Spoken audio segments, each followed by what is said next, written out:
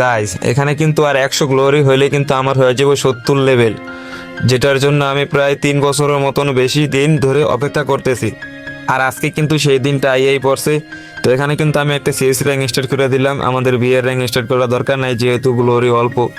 আর এখানে কিন্তু ভিডিওটা আমি বেশি বড় করবো না, একটু ছোট করে দেখিয়ে দেবো তোমাদেরকে। তো সিএস র্যাঙ্কে কিন্তু এনিমি নিতে 3 রাউন্ড আর আমরা নিয়েছি 2 রাউন্ড। তো এখানে আমার একটা টিমমেট নক হয়ে গেছিল, টিমমেটের আমি রিভিউ দিয়ে দিচ্ছি। আর এখানে আমার ক্যারেক্টার একটু উল্টাপাল্টা আছে, যার জন্য আমি গেম প্লেটা তেমন দিতে পারতেছি না। তো দেখতেই পারতেছো আমি কিন্তু খুবই খারাপ লেভেলের একটা গেম প্লে দিলাম এই জায়গায়। ওই জায়গায় কিন্তু আমার টিমমেট কিন্তু এই জায়গায় একটা নক হয়ে গেছে, 2টা নক হয়ে গেছে, আর একটা এসবি খুবই কম, আর আমার এসবিও খুবই কম। তো এই ম্যাচটা কিন্তু আমরা জিততে পারিনি। এই ম্যাচটা কিন্তু এই জায়গায় এনিমিটা আমার মাইয়া দিয়েছে, আর এই ম্যাচটা কিন্তু আমরা এই জায়গায় হারিয়ে গেছি।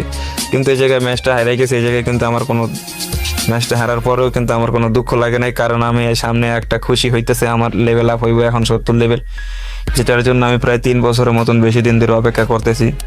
তো ফাইনালি এখন কিন্তু হয়ে যাবে আমার লেভেল আপ। ফাইনালি কিন্তু আমার 70 লেভেল হয়ে গেছে। তোমাদের কাছে একটা ভিডিও হলো, এটা কিন্তু আমার কাছে অনেক কষ্টের একটা জিনিস। প্রায় 3 বছরের পর কষ্ট করার পরে কিন্তু আমার 70 লেভেল হয়েছে।